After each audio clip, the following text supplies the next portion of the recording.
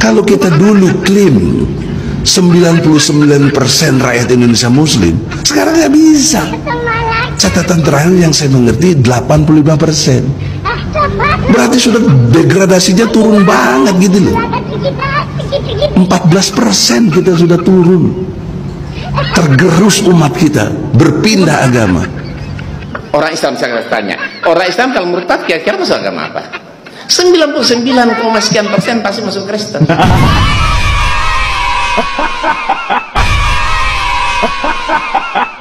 Haleluya, haleluya, haleluya. Assalamualaikum warahmatullahi wabarakatuh. Salam Aki. Aku kabarkan Injil keselamatan. Bapak Ibu Yesus Tuhan, ketemu lagi dengan saya Evangelis Abraham Effendi Usman. Bagaimana kabar Bapak Ibu semua? Tentu luar biasa. Nah, saudaraku, kita sudah menyaksikan cuplikan video di awal tadi. Video itu membantah para polemikus yang selalu hadir di TikTok, yang kita sering dengar daripada Sinandar dan si Zuma yang disebut dengan Gurunda. Gurunda ya. Kenapa dia mau dikatakan Gurunda, Bapak Ibu, dikasih julukan Gurunda? Karena dia berani menghujat.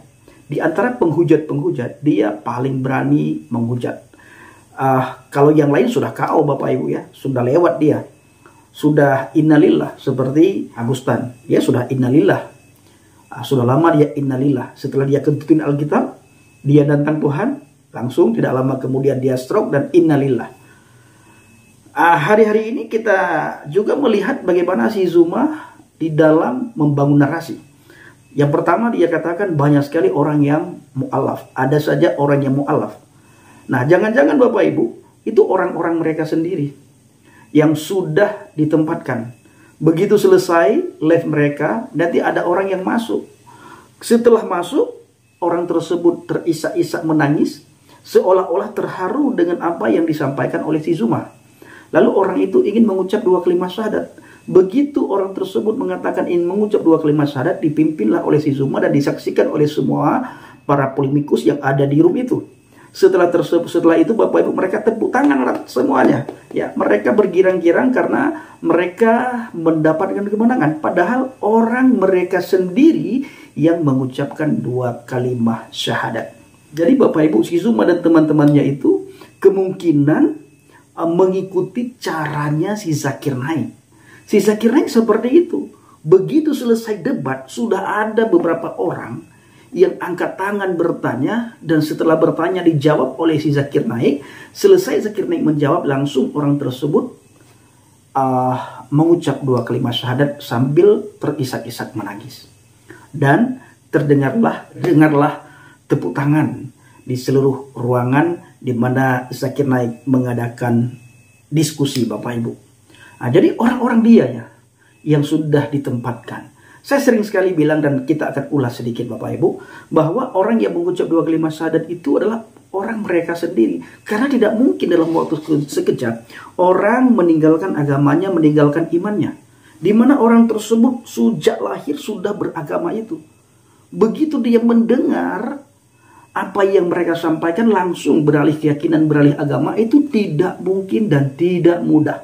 Kenapa? Karena itu butuh proses. Saya mengalaminya.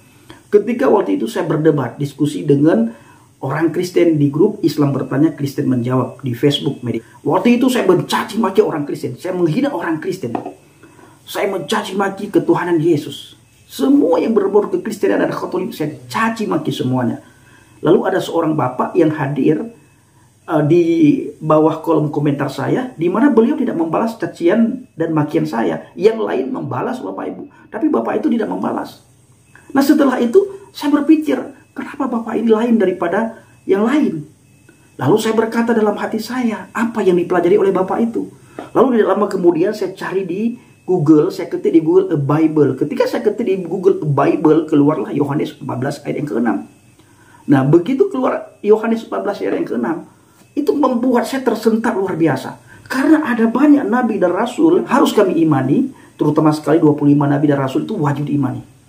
Dan bahkan ada banyak sekali orang yang bisa menghafal 25 nabi dan rasul. Tapi di antara 25 nabi dan 25 rasul ini, tidak ada satupun nabi dan rasul yang berani berkata seperti kata Yesus, "Akulah jalan kebenaran dan hidup, tidak ada seorang pun yang datang kepada Bapa kalau tidak melalui aku."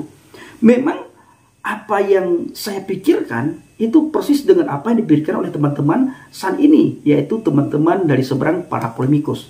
Mereka semua berkata bahwa semua nabi dan rasul itu membawa umat manusia untuk menuju ke jalan yang lebih baik.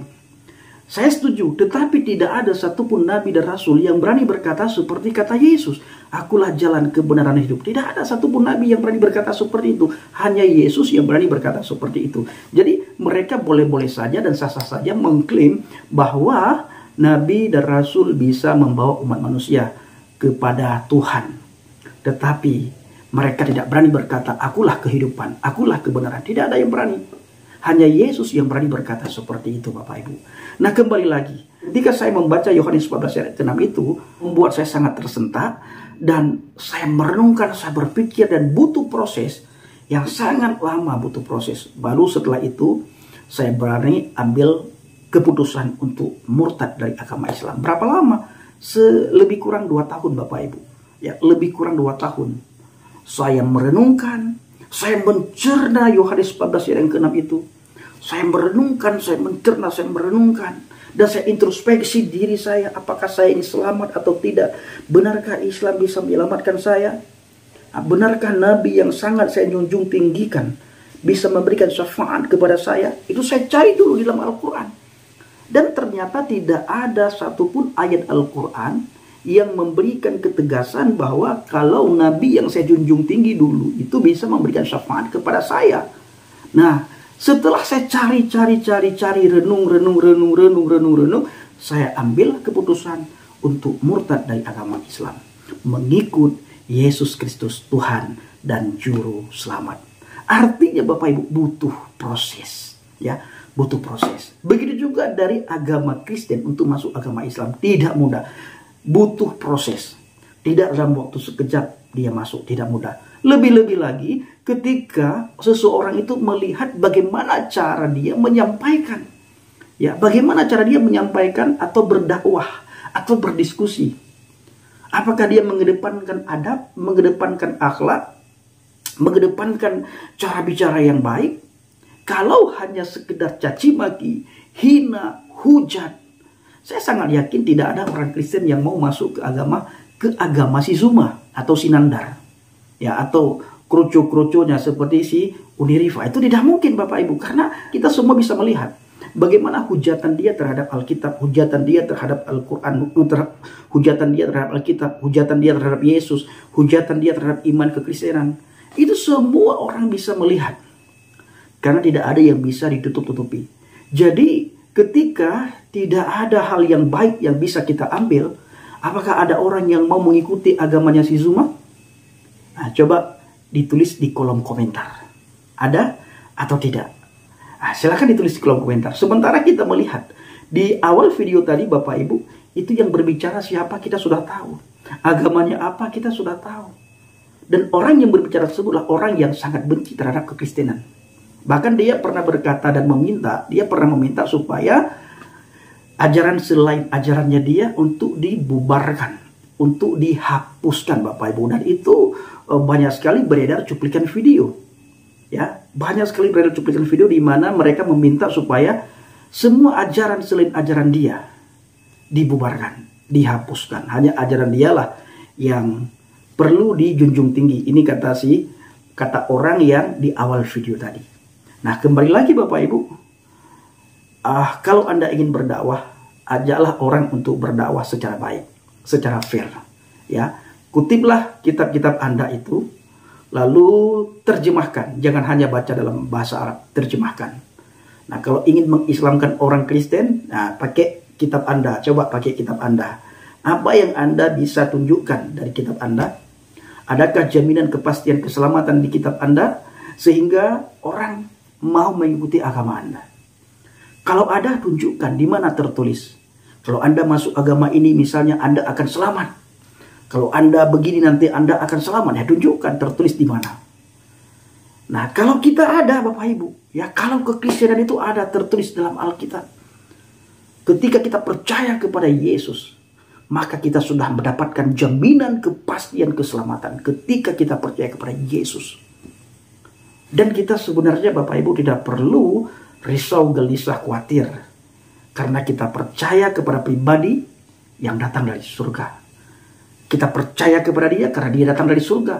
Hanya pribadi yang datang dari surga yang bisa membawa umat manusia ke surga. Jadi kita tidak mengikuti pribadi yang tidak tahu kemana arahnya, apalagi ingin membawa kita tersesat, Bapak Ibu. Sekali lagi, kita jangan pernah mau mengikuti pribadi di mana pribadi tersebut tidak tahu kemana dia pergi. Dia pribadi tidak tahu kemana dia pergi, apalagi kita yang mengikuti dia, Bapak Ibu. Ya pastinya seperti back to Bible kata Alkitab. Orang buta menuntut orang buta.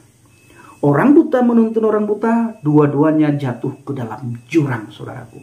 Maka jangan ikutin pribadi yang tidak mau, yang tidak tahu kemana dia pergi. Dia sendiri pun tidak tahu kemana dia pergi, apalagi kita yang mengikuti dia. Sudah pasti tentu kita tidak tahu kemana kita pergi. Makanya orang di luar kekristenan, kalau kita bertanya, yakin Anda masuk surga? Semua bilang tidak yakin. Ada yang menjawab, nanti kalau amal saya banyak, saya yakin. Ya, ketika ditimbang nanti kalau timbangannya berat ke kanan, maka saya masuk surga. Kalau berat ke kiri, maka saya masuk neraka. Tetapi kalau kita tanya, kira-kira, karena ini hanya Anda yang tahu dan Tuhan Anda, kira-kira, apakah dengan umur sekian, apakah Anda banyak melakukan kesalahan dan dosa, atau banyak Anda lakukan kebaikan, Anda lakukan amal soleh? Hampir semuanya, ya bahkan semuanya, orang akan menjawab banyak melakukan kesalahan dan dosa. Dan ini sering kita tanya, Bapak Ibu, ketika kita melakukan penginjilan. Ya, saya sering di daerah Padang itu bertanya kepada teman-teman, kira-kira mana banyak yang kamu lakukan antara amal dan dosa? Semua orang yang saya jumpai, mereka menjawab banyak dosa. Jadi bagaimana cara kita masuk surga?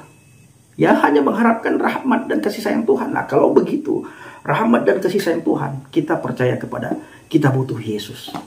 Dia sudah menunjukkan rahmatnya kepada kita. Dia sudah menunjukkan kasih sayangnya kepada kita, Bapak Ibu. Maka kita butuh juru selamat. Dia tahu kemana dia pergi, dan tentunya kita ikutin dia karena kita juga akan pergi kemana dia pergi. Yesus berkata dalam Alkitab, aku pergi kepada Bapa untuk menyediakan tempat bagimu. Kalau tempat itu sudah penuh, aku datang kembali untuk menjemput kamu. Ini perkataan yang sangat luar biasa, yang diucapkan oleh seorang nabi, kata mereka. Yesus bagi mereka adalah nabi. Yesus bagi mereka adalah rasul. Kita ikuti jalur pemahaman mereka, jalur pemikiran mereka, Bapak Ibu. Adakah nabi-nabi yang lain, rasul-rasul yang lain yang berani berkata seperti kata Yesus? Aku pergi kepada Bapa untuk menyediakan tempat bagimu. Kalau tempat itu sudah selesai, tempat itu sudah rapi, sudah tersedia semuanya, lengkap semuanya, full AC istilah kita, Bapak Ibu, dia akan datang kembali untuk menjemput kita. Maka pastikan diri kita berada di jalur yang benar, berada di dalam firman Tuhan, berada dalam pondasi yang benar, jangan berada dalam pondasi yang salah. Jangan berada di jalur yang salah, nanti kita ketabrak, nanti kita jatuh ke dalam jurang. Tetapi harus kita pastikan bahwa kita selalu berada di posisi yang benar, berada dalam firman Tuhan, berada di dalam kebenaran. Karena kebenaran bisa membawa kita kepada kehidupan yang kekal. Dan Yesus katakan, akulah kebenaran. Tidak ada orang yang berani berkata, akulah kebenaran. Jadi kalau kita ikutin gaya mereka, Bapak Ibu, Yesus itu hanya sebatas nabi dan rasul, dia utusan. Kita iakan saja, dia nabi, dia rasul, dia utusan. Dia juga Tuhan. Ya, dia juga Tuhan. Tapi kalau mereka tidak mau mengakui Yesus Tuhan, itu hanya dia. Tetapi saat ini yang perlu kita sampaikan kepada mereka, adakah junjungannya mereka berani berkata seperti kata Yesus, aku pergi ke sana untuk menyediakan tempat bagi kalian. Kalau sudah tempat itu selesai, nanti aku akan menjemput kalian. Itu tidak ada. Bahkan seperti saya katakan tadi, tidak tahu kemana perginya. Ya, tidak tahu. Nah, jadi ada pribadi yang tidak tahu kemana dia pergi, tetapi banyak pengikutnya. Banyak pengikutnya. Kenapa banyak pengikutnya? Karena banyak jalan menuju ke sana bagi mereka. Banyak jalan menuju ke sana. Bisa dengan pahala, bisa dengan amal, bisa dengan sedekah, bisa dengan naik ini. Itu banyak banyak cara menuju ke sana. Tetapi bagi kita pribadi orang Kristen Bapak Ibu, kata Alkitab itu untuk menuju ke sana jalannya sempit. Kenapa jalan sempit? Karena satu jalan, tidak banyak jalan. Kalau teman-teman kita di Semarang itu banyak jalan Bapak Ibu menuju ke sana. Sama dengan orang menuju ke Roma, banyak jalan menuju ke Roma. Tetapi bagi kita adalah jalan menuju ke sana itu sangat sempit karena jalannya cuma satu. Sekalipun sempit, sekalipun jalannya cuma satu, jalan itulah jalan yang benar. Kita berada di jalan yang benar, kita berada di jalan yang lurus. Jadi kepada seluruh para pendebat, milikilah karakter yang baik. Mau siapapun, milikilah karakter yang baik agar orang-orang bisa melihat bahwa ajaranmu itu adalah ajaran yang sangat baik. Sehingga layak diikutin. Ya, sehingga layak diikutin. Kalau saudara melihat bagaimana si Zuma dan teman-temannya, itu selalu keluar kata-kata hujatan. Hujatan semua yang keluar. Dia ambil Alkitab lalu dia tafsirkan menurut pemikirannya dia. Nah, lalu ada tiba-tiba datang orang, saya ingin mengucapkan doa kali. Saya baru mendapatkan hidayah. Apakah saudara percaya? Tentu tidak. Dulu saya percaya Bapak Ibu. Ya, setiap ada orang yang masuk Islam, saya senang sekali ketika saya melihat siarannya si Zakir Naik, saya senang sekali. Tetapi lama-lama ketahuan kedoknya. Orang mereka sendiri yang sudah ditempatkan di pojok-pojok Bapak Ibu. Ketika waktu sesi tanya jawab, orang itu bertanya, Zakir Naik menjawab, selesai itu dia menangis terisak-isak. Saya ingin mengucapkan 2 kalimat syahadat, bagaimana caranya? Bimbing saya. Dibimbinglah. Padahal orang yang sudah duluan mengucap 2 kalimat syahadat, diucapkan kembali, disyahadatkan kembali. Nah, kiranya video singkat ini benar-benar memberikan informasi kepada kita, menguatkan iman percaya kita, karena kita mengikuti pribadi yang tahu kemana dia pergi, dan kita yang mengikuti dia juga kita tahu kemana kita pergi. Sehingga kita sangat yakin bahwa kita berada di tempat yang kekal yang sudah Tuhan persiapkan, yaitu surga. Terima kasih. Assalamualaikum warahmatullahi wabarakatuh. Salam Aki. Aku kabarkan Injil keselamatan. Bapak Yahweh Bishim Adonai Yesus Hamasiah Waruah Kudus memberkati kita semua. Haleluya. Amin. Salam murtadin. Terima kasih.